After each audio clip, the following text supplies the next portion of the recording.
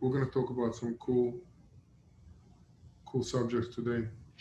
I hope that you can hear me, and I hope there aren't too many technical issues. A dear friend of mine, Val Spiridonov, is going to join us. He's gonna tell you a very interesting story, and I would love it if you contribute and be part of this conversation about medical ethics. So, to those that are just joining, my friends know me as Gosha, otherwise it's Georgiy Brusovanik. I'm a spine surgeon. I have a practice in Miami where I take care of patients with back and neck pain. I had a huge honor of meeting Val Spiridonov years back, and I learned a lot from him. He shared his story. Hang on, let me.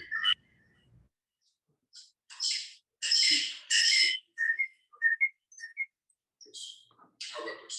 Better? Share with me his story, and I'd love to share with you this guy's fascinating success story. So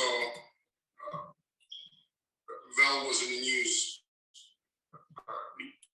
for a while about a proposed heroic act, and let me just leave it at that when I introduce Val Spiridonov. Val, please say hi. Hello, guys. Friends. Hello. Thank you again for joining me online, for sharing your story. So, can you take me back to the time when you were in Russia and you were online seeking options for the issue that I'll leave it up to you whether you want to share. Talk to me what it was like looking for the information. Thank you so much for having me on this forum, Gosha. So let me introduce myself. My name is Val. I am 36 years old currently. For 35 years at least, I have an incurable disease, which is SMA, spinal muscular atrophy. So I'm living with this condition for all my life. I kind of adopted to it a little bit, as you can see, but generally, of course, I, as a very curious person, was seeking for ways to reduce the effect this disease has on me. To let me tell you about what this disease is. So generally, SMA leads to total disability, inability to operate your limbs, your legs, your hands. So it's kind of hard for me to even sometimes operate the computer. But generally, this is my bread and butter. So this is I do every day. But all other things like daily activities, daily routines, getting up from the bed, going shower, whatever, I have an assistant to help. So this is kind of heavy disease, yeah, as you can imagine. So generally, I wanted to reduce again the effect it has on me, and I was seeking for the ways of treatments since my early childhood, probably. So I was reading books, I was watching documentaries on scientific discoveries in terms of medical like achievements or whatever. And of course, I knew that there were experiments on some kind of transplantation, like body transplant, head transplants, which was done a while ago. It was done in Russia and the United States with a different amounts of success. It was done on animals like dogs and monkeys by doctors Demichoff and Robert White.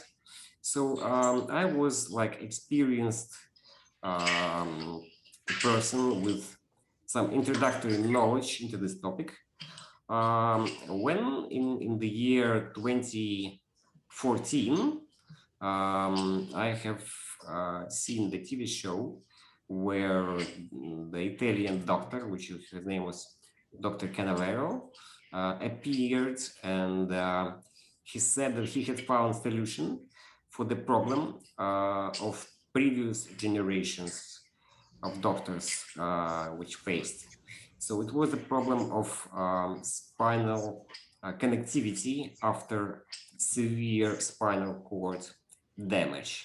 So generally, it's not an issue to connect two pieces of a body. It's a really big problem to connect nerves, because doing this without traumatizing spinal cord, without having a scar on it, is kind of difficult. And the scar reduces. Oh, sorry. Let me try.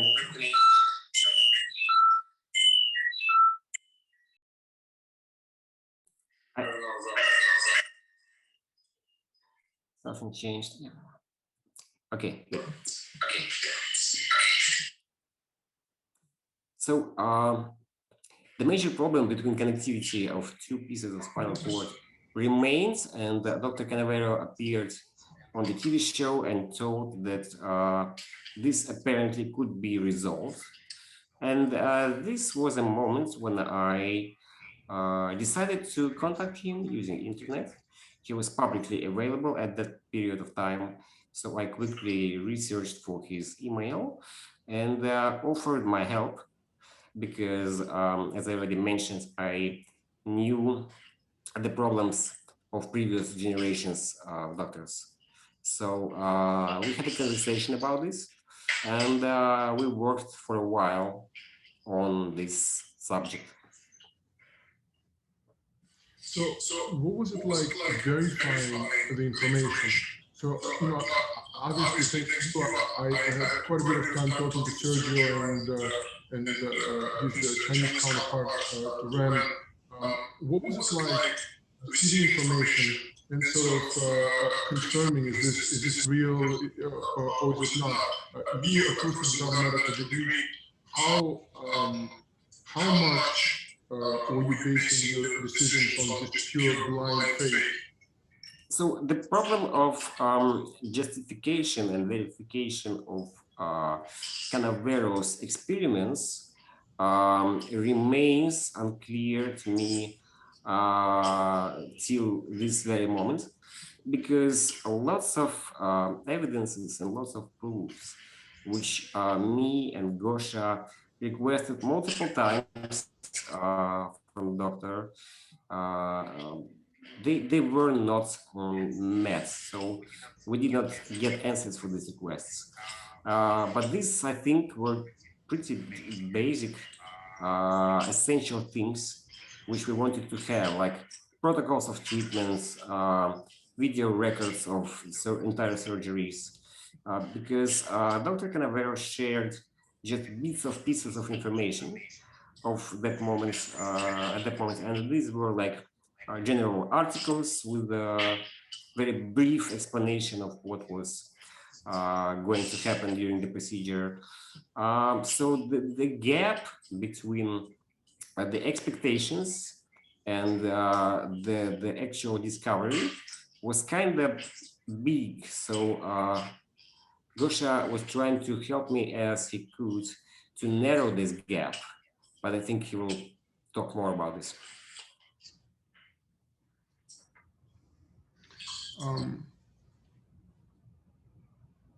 I think when there's a severe need, we fall into a position where we're more likely to take risks, right? That goes without saying. And where information is limited, it's very difficult to figure out how much risk is it, and not only what are the chances that there's going to be a problem, what are the chances of success. So when you and I started to talk, I um, I had to start from sort of like, do you know Howard?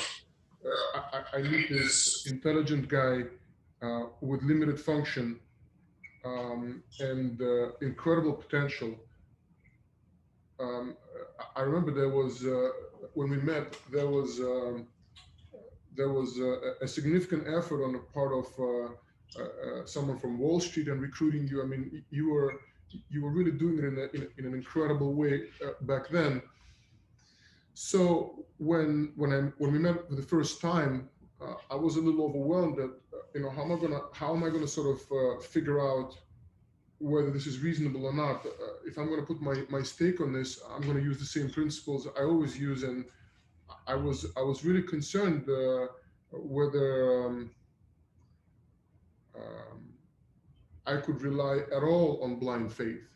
So when you asked me to participate, I sort of had to break it down into, I mean, as crude as that sounds, into bony, vascular, and neurological.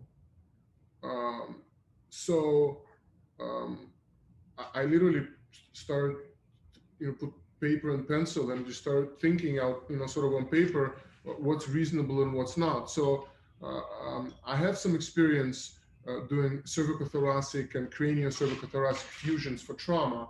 So I thought it'd be reasonable to take a large piece of iliac crest, which is part of your pelvis, and uh, I've done surgery where big segments of bone are missing within the cervical spine that had to be gapped. So I thought, okay, that would be reasonable.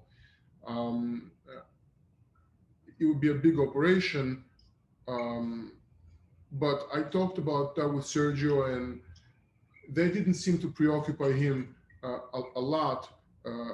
It was definitely scaring the bejesus out of me because I've operated in Italy, and we were talking about placing screws all throughout the cervical spine and shortening the spine in order to accommodate for this tension-free spinal cord connection, which, okay, another element that's sort of reasonable and that's not that unusual, but to me, that was in itself a significant technical challenge that needed to be taken seriously. So, in essence, it all goes down to what's reasonable, what can Val tolerate. But I was still sort of at the stage of, can we really technically do this? So, with regards to vascular, another challenge, you'd have to have a way to supply blood to the brain while you do all the other work, while you do the other anastomosis. And Sergio and I, and we talked about that. It sounded like a huge undertaking because the traditional ECMO machines are used to keep the whole body perfused. So what settings would you really need to supply the right pressure for the brain? So again, really going into a territory that's complicated and detail oriented, and I just did not see at that point all these details worked out. So just like you said, Val, it was just I was looking at these articles, I was looking at all this work that he printed, and it was just sort of, okay, anastomosis, okay, ECMO, but how? There should be a lot more to it than that. And then I think it's reasonable, right? Physiologically, it's possible, but then you get to the nerves, and that's where it got sort of more magic to me, because the evidence for how to make the spinal cord come together, that is the holy grail. That's what everyone is after. Everyone who's paralyzed will give up all their wealth. They will give up everything to walk again. someone who's been traumatized and who is now paralyzed, who remembers what it's like to walk, um, they won't stop. They will try everything possible. Um, so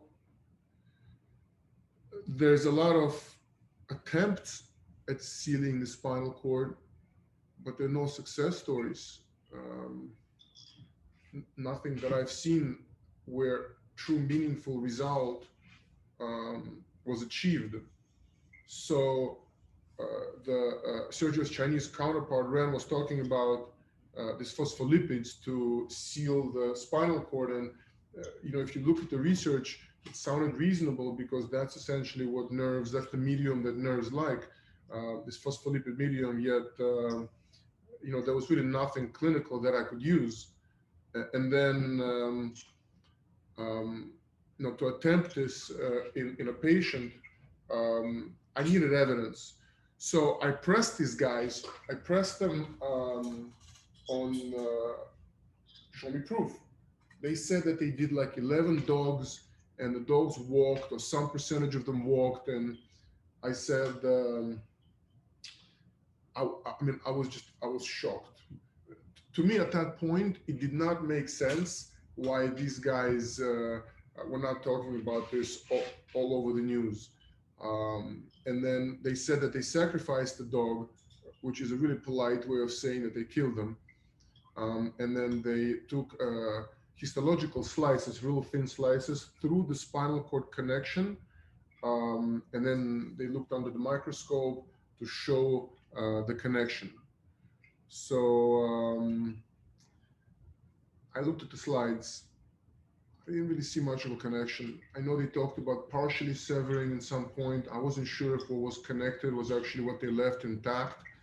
The rest of it sort of looked like just haphazard soft tissue in like a crude cross section. It wasn't very impressive. And it goes back to, what's reasonable for this guy who has a family and a future and amazing mind.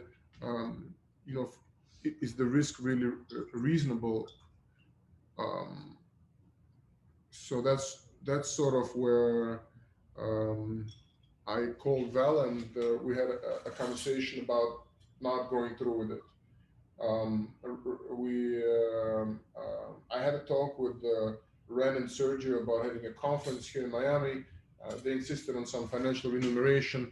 At this point, major red flags went up, and I said that this is not something that I could recommend that you do. So you proved me right. That's exactly what happened, Gosha. Yeah. And I appreciate your help at that moment because I was really close to believe that they have more than they show. So that could be my mistake and it could be fatal. Yeah. I mean, I wouldn't call it a mistake. I think this is what happens to every single patient nowadays when they show up in front of somebody wearing a white coat. There's a story that we as doctors are taught to present. We call that the pathophysiology of disease. We call it sort of the background, right? How did this happen?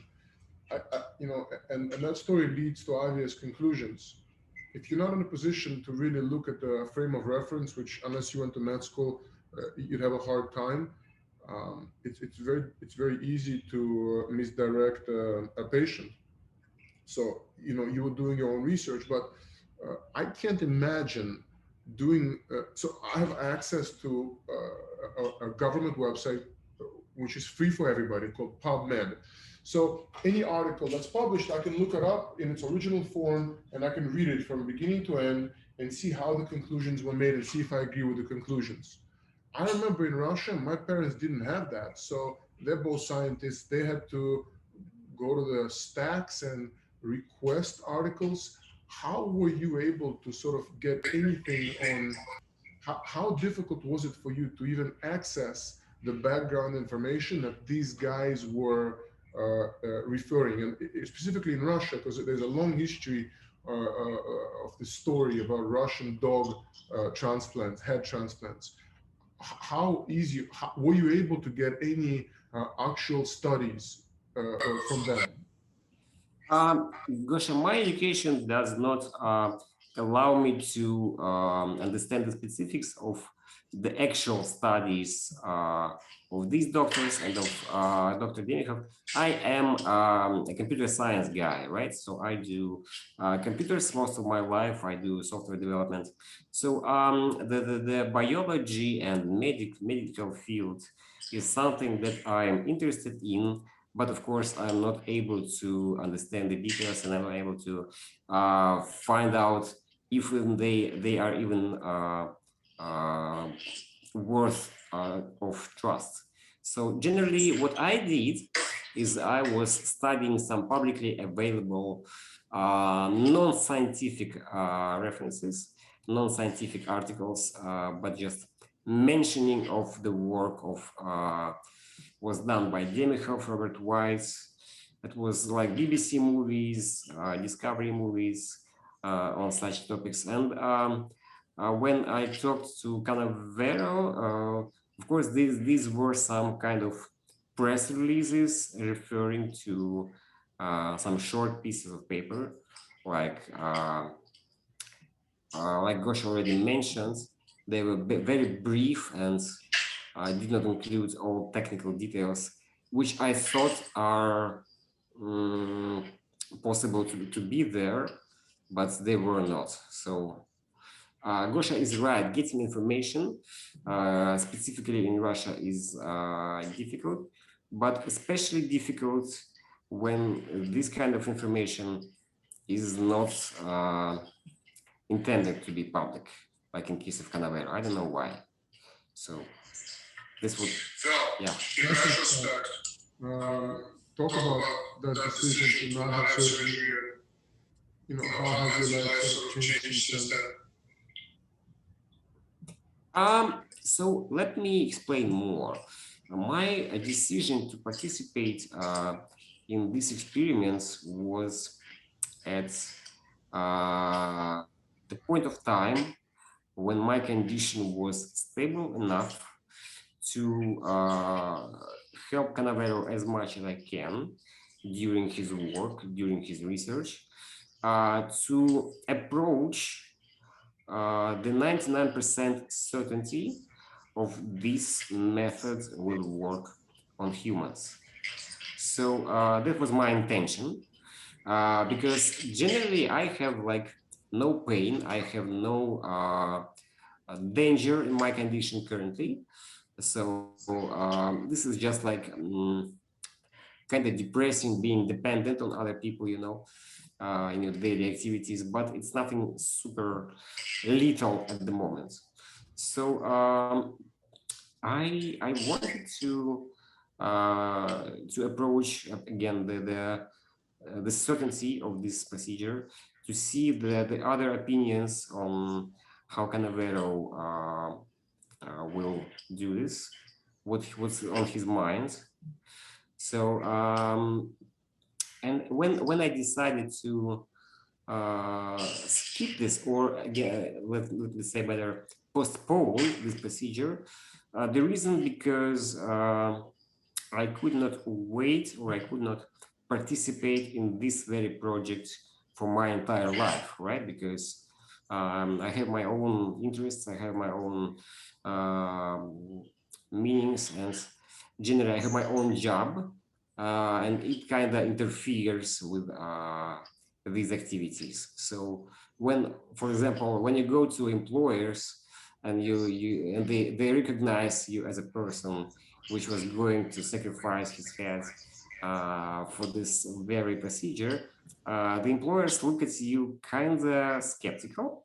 So that was one of the reasons why I wanted to kind of go into shadow in this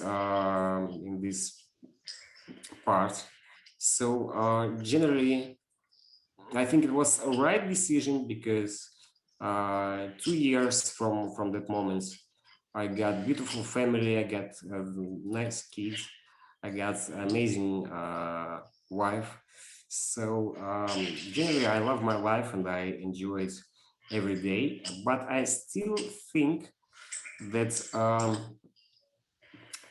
some solutions in these fields, be there transplant of cat, or be there or some kind of stem cells or whatever funky words are there, Spinraza or some other medical treatments like drug treatments, there should be an improvement in very closest future, in my opinion. And I'm ready to this. I'm ready to look at it. I'm ready to research for it. So this is my intention right now. My understanding is that there's really nothing unique to neurological tissue as compared to other tissue.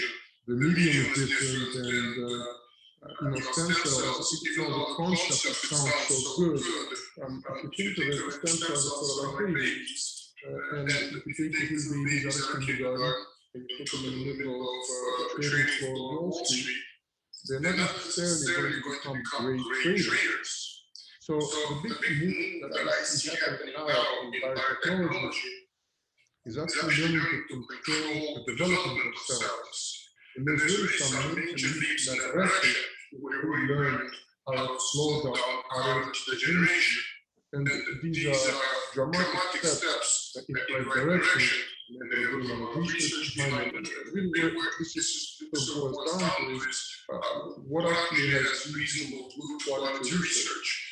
So often you hear about approaches that have ancient Chinese history behind them. And it sounds like it fulfills the criteria of longevity, but it doesn't fulfill the criteria of scrutiny. Studies really need to be open.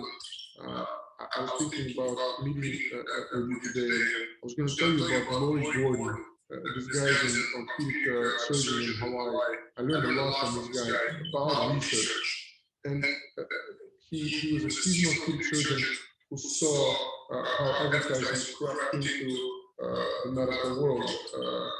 I think Lori is now 180 years old. I'm just kidding. I'm going to get a lot of slack saying that, but he really is a very experienced guy.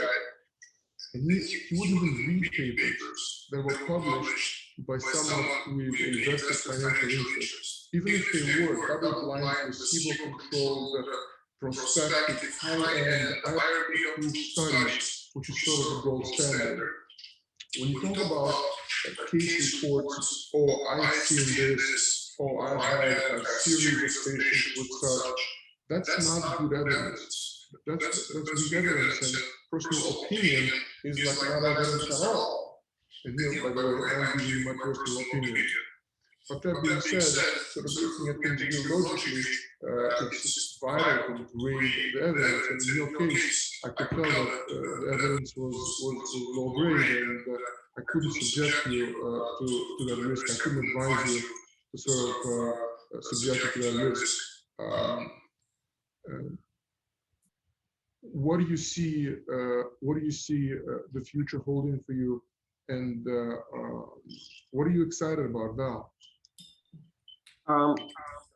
Currently, I'm excited to have some rest because all this procedure and participation in these experiments required a lot of effort from me for the first several years, like from the year 2014 till 2018 probably.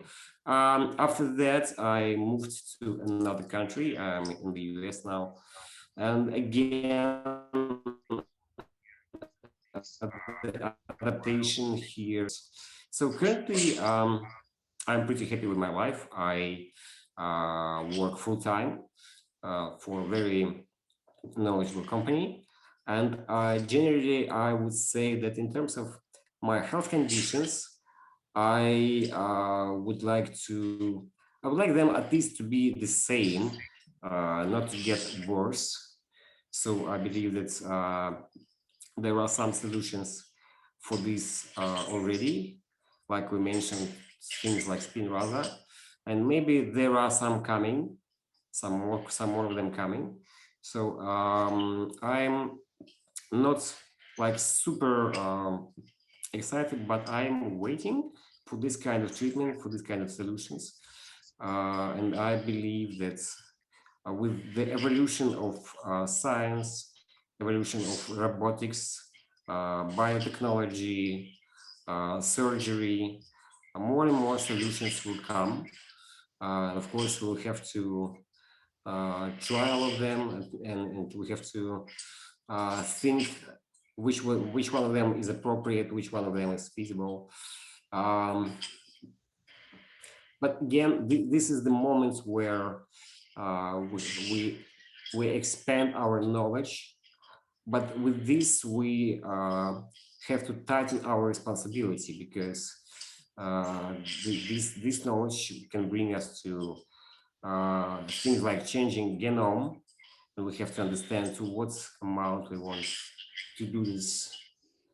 So many ethical questions arise. But generally, for me, I'm happy with what I have, and I'm ready to move on. You're an amazing guy.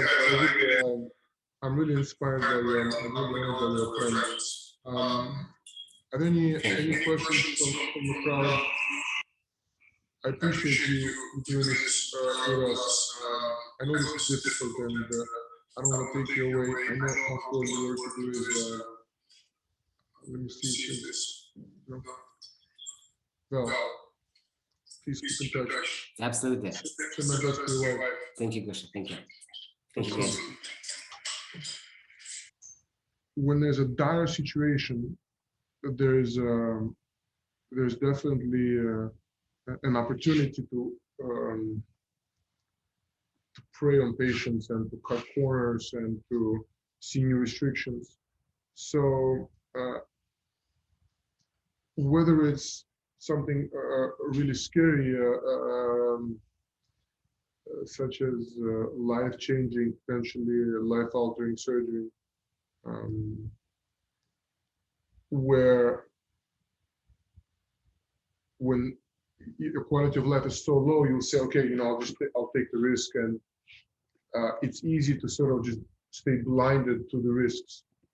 On the other hand, there is a similar ethical problem that occurs where the risk is perhaps unclear or remote, but the cost of the solution is a no cost, such as face masks. So we, as a society, decided so it's reasonable for us to incur the cost of masks. Perhaps in some communities, we decided it's reasonable to incur even higher risk, even higher costs like quarantine, etc. But it also sort of opens itself to ethical issues, because if there's an attitude of, well, what's the big deal? Just I want to give myself every chance. Let me wash my hands one extra time. It's hard to argue that if the cost is so low, then you could just push the limit, push this until we run out of people that are profiting from the idea of pushing it. But look, more importantly, it's on the side of patients who are really in a tough situation. I know there's a lot of future medical students listening, and the white coat's really convincing, but I think that the public is becoming aware of the fact that the white coat still needs to be checked. And I love when my patients get a second opinion, because how often they are surprised at what they find out. So, Nicole, there were a couple of questions earlier I really like. So we want to start by asking, in the case of a transplant that is unsuccessful, what is the next step? Oof, that's heavy. So a transplant of what? So frequently, if there's a failure, the patient will go back to whatever the status quo was. So, for example, with a heart transcutaneous pacing, or with kidneys, they go back to dialysis. And then, well, what if the transplant fails during, when damage has been already irreversible? I've never really been in that situation, but I would hope that the team has a plan A, plan B, plan C, and plan D for all those situations. It's a great question. On the subject of ethics, how do you think a decision can be correctly made when a patient's life is on the line and the situation is something that has not been encountered before? Wow. I guess just go with what you would if this is your family, right? So, I mean, that comes up, and it comes up on a few levels. Imagine you get into residency and you're on call, and a beeper goes off, and it's a phone call about something like Tylenol, where you realize that there's really very low downside to giving Tylenol. So why not just do it? Well, you start to take it personal. You don't want to answer that call.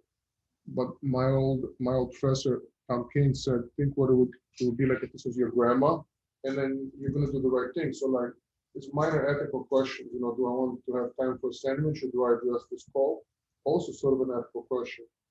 So if you just go with what would I do if this was like my grandma, I think that's a reasonably good way to, unless you hate your grandma.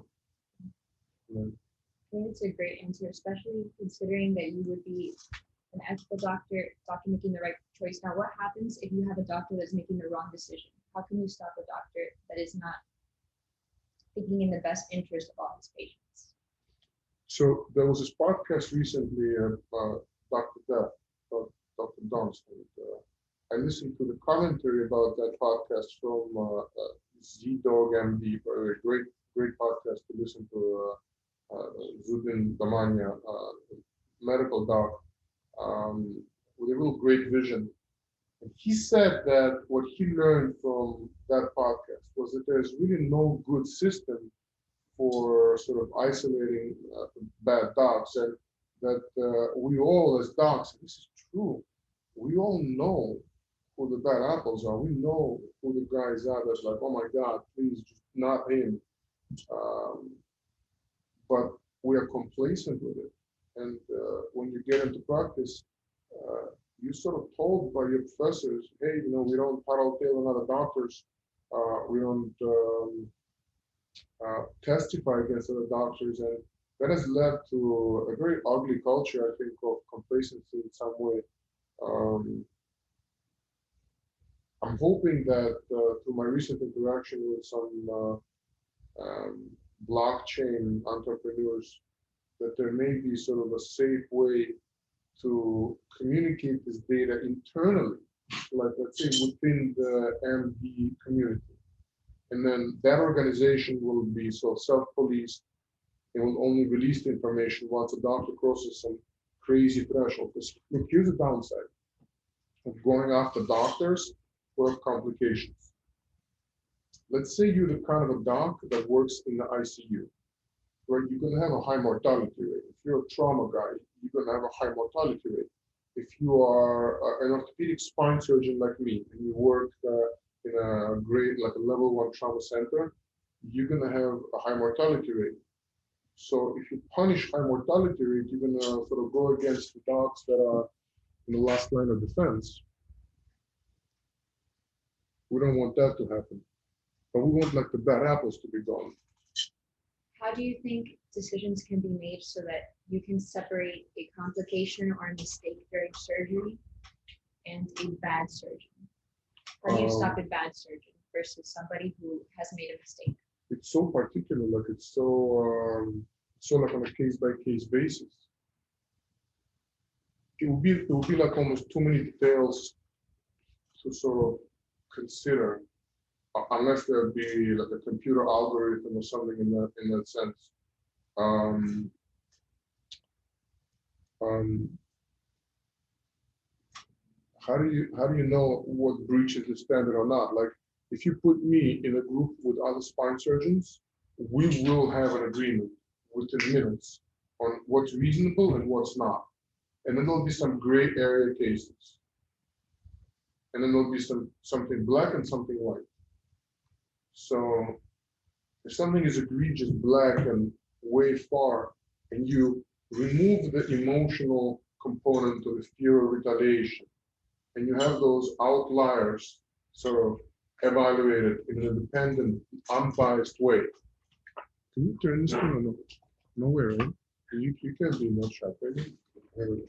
So in other words, I think that if you look this way, you'll be, no? Yeah.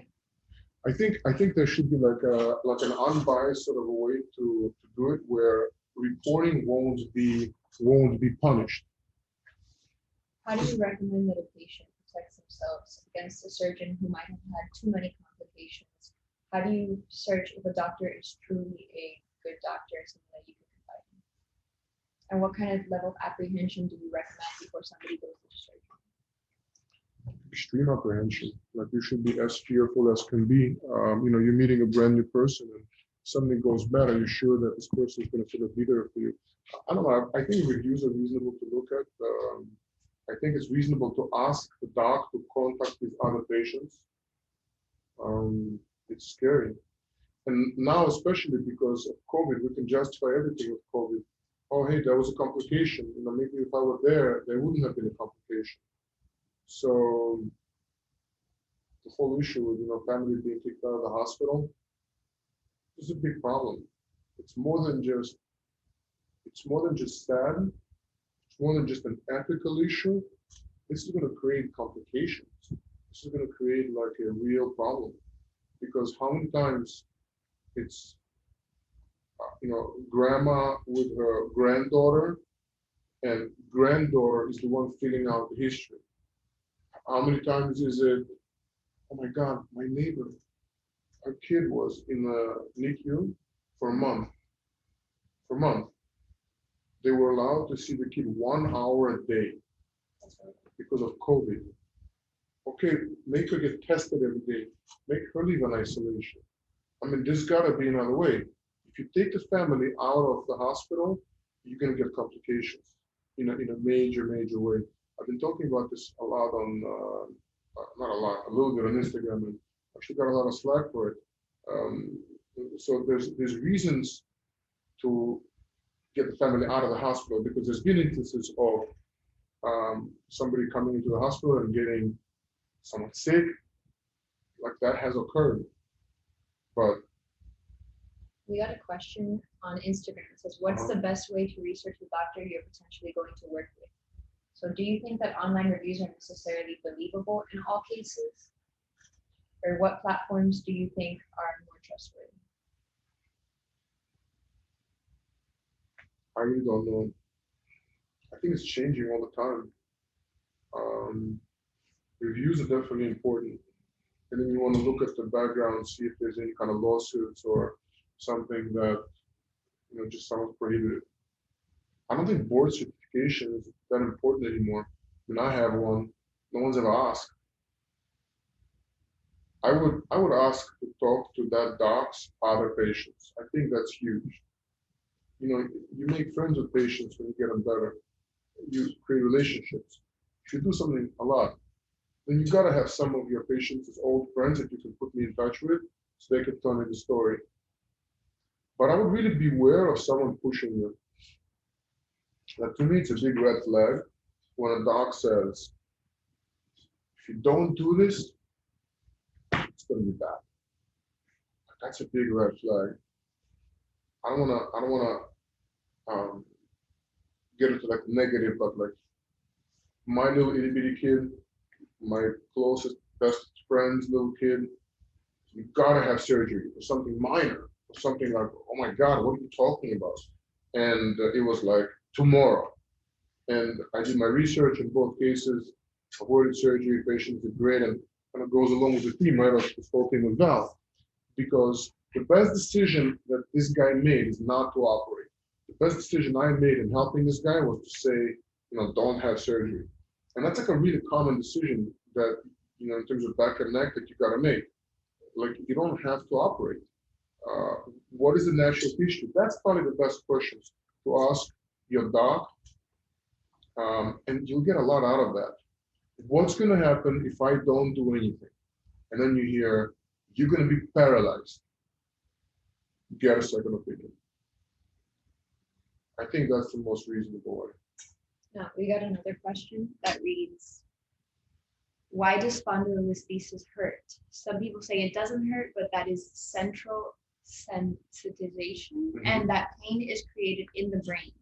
Others say that spondylolisthesis, chronic pain, can produce other kinds of chronic pain. Is it true?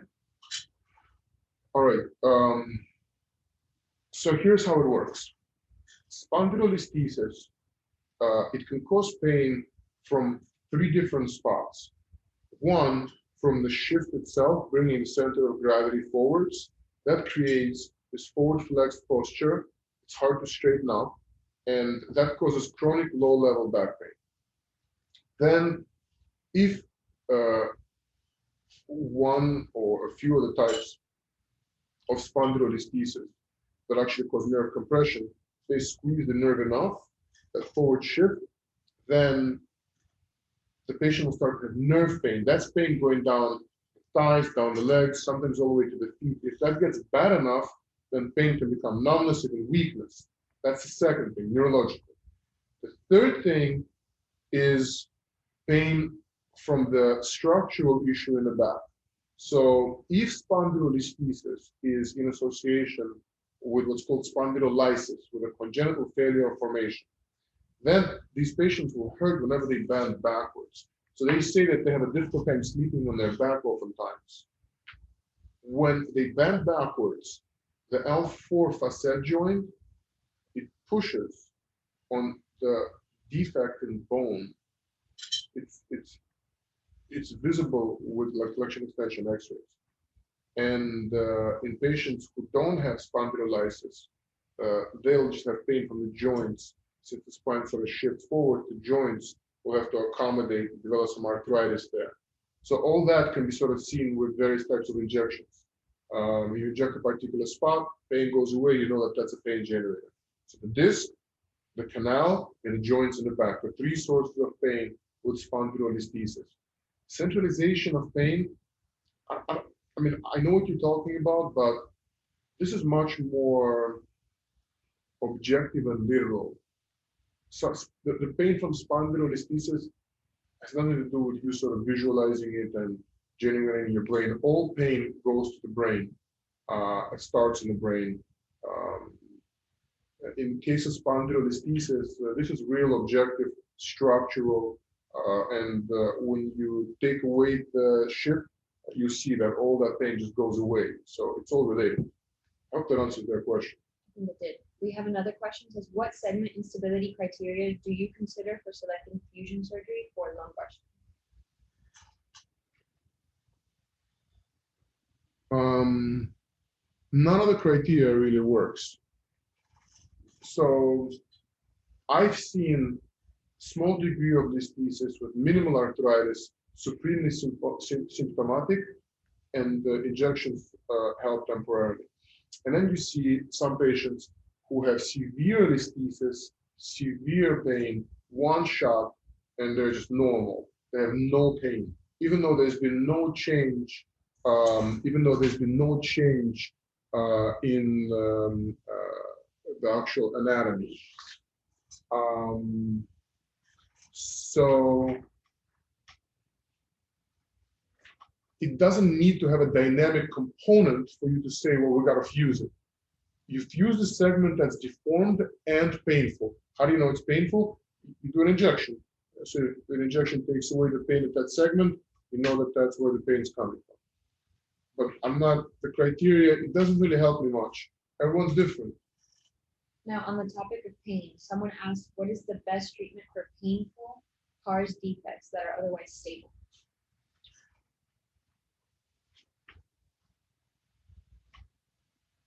Stable has two different definitions. It could be stable as in it doesn't move at all, or it could be stable as in it won't lead to a catastrophic problem. So stable from the point of view of catastrophic problem, they're all stable. None of them dislocate unless it's traumatic. Stable from the point of view of micromotion, there's going to be micromotion if there is spondylolisthesis because there's disc height loss, or from spondylolysis because just the bone disconnected. So there'll be some hypermobility. You don't fuse for that though. You fuse because the patient has intolerable pain and you've proven that their pain is coming from that segment. And they've tried conservative means and that doesn't help them. So I wouldn't rely so much on the question of what's stable. I would focus more on what's symptomatic, what actually causes your pain. Okay. And now the last question that I have from the audience is, what is the scope of virtual reality in regards to orthopedic medicine? So I've tried these goggles on recently, where you take an intraoperative CAT scan and the data then is sent to these headphones, goggles. And as I move tools in and out of the human patient through my little tubes, you can actually see the tools and how they interact with the spine three-dimensionally. So it's already here, and it's cool. It's going to become more common. It's not really. It wasn't really that big of a leap. I think the big leap now is going to come from cameras, from being able to use not just straight cameras like we use in the total joints. I mean, in our joints, big joints, but to use cameras that actually articulate inside and look behind corners. So that's sort of what I'm working on now, and that will allow a lot more visualization in hard to get to places. It won't. It will make it so that you're not limited by the approach. In other words, you can go from the side between the muscles, but get to exactly where you need to in the spine. So I think that that's the big direction now. We've sort of already understood how to visualize the spine and then put it on the computer and make it visible to everybody. That part is already sort of here and widely used. I hope that answers it. And then we have a question from the same person who asked earlier about spondylolisthesis. Can the spondy pain give other chronic pain diseases such as fibromyalgia? No. I would really, if you've been told you have fibromyalgia, get a neck MRI. It's the most common mimicker of the diagnosis. I'm not a big believer in fibromyalgia. There's no objective study to prove it. There's no labs to prove it. Most patients complain of this girdle pain, shoulder girdle pain, back of the head pain, facial pain. Some of them will say tingling down the arms. That's like textbook cervical disc disease, C5-6, C6-7. And if you add to that pain deep to the shoulder blade or under the shoulder blade, like brow line pain, that's cervical disc disease. Most of these patients don't have this weird diagnosis that's not curable, like fibromyalgia. They actually have something really fixable that most of the time will just get better with an injection. So neck MRI for anyone with fibromyalgia. That's a great question. Thank you. And then this is our last question. We're getting ready to wrap up. Do you see more trauma-related spondylolisthesis cases or stemming from congenital situations? I don't see trauma-related spondylolisthesis at all. That's really unusual. Fractures, if they're bad enough to involve the spine, are usually they usually cause more generalized harm to break the bone in the front and the back. They won't just cause one particular fleck of bone to break to allow the listhesis. So in my mind, it's 90% degenerative, which occurs from loss of disc height in the elderly. Not a dangerous problem, but very painful and very rewarding to fix. And then the 10% is my patients in their 30s and 40s who have the congenital issue. We'll call it congenital, even though I really think that it occurs within the first couple of months of life. bottom line is it's failure of formation, and that predisposes these patients to spondylolisthesis. So 90% degenerative, 10% congenital. Very few traumatic. Thank you for that question. So to finish today, what is the one thing that you would like the audience to take away from this live stream? And for those that are looking to go into the medical field, what advice do you have? The advice for those going into the medical field is really the same as for, is the same sort of lesson that I derived from this meeting with Val, which is that you have to grade your evidence. These guys, Ren and Sergio, they talked a great game, and for a patient like Val, it'd be hard to say no, but he was smart. He saw past the white coats, something that, I think I would have made that mistake if I was in his position. I wouldn't have had that bravery. So the lesson is that you gotta grade your evidence. You gotta look at the data that's coming to you and say, well, how good of a quality source is this? Is the person interested in me having this for a reason? And then whatever evidence you get, look at its sources. And now, because of PubMed, you can see all the evidence. You can get to the bottom line. You should never hear someone say, "I learned it on Facebook." Like that shouldn't exist. That's like saying, "I learned it on a piece of paper that he found in the street." So it's got to come from somebody, or a text that has some reliability associated with it. And then, we can go deeper and say, well, what is reliability? How do you really know what's trustworthy and what's not? That's like a whole different subject. And that's really, really important to know. But a fly-by-night website that's dedicated to some one topic that sounds too good to be true will probably be lower in the priorities than a website that is linked to thousands of publications that are peer-reviewed and open about their data. I mean, those are sort of critically different, but to illustrate the point, grade your evidence. Even if right now, to the college kids that are listening, you're applying to medical school and you're going to get a bunch of information thrown at you about what's best for you in terms of getting into medical school. Something as simple as that, non-medical information. Just what do you need to do to succeed? Grade that evidence, look at who's giving you the information, and that may affect in how you take it. All right, thank you. All right, you guys. Thank you to everybody who Thank you. All right. We can open the floor for questions very quickly before the meeting ends. Absolutely. Someone asked if it would be possible for you to share your contact. Yeah, of course. Give it myself. Okay. You can unmute the chat. Unmute the computer in case they hear. Unmute. Oh, you mean this. Okay, so you guys should all have the ability to unmute yourselves if you have any questions. Otherwise, we'll be ending the meeting. Just before any questions, I just wanted to thank you very much for an amazing meeting. It was very interesting, and I learned a lot of good information. So thank you. Thanks, Tyler. I appreciate you saying that. I just wanted to say as well, I really appreciate you taking the time and explaining everything and giving us all the information. I am a pre-med, so I took a lot of information that you have given. So thank you very much.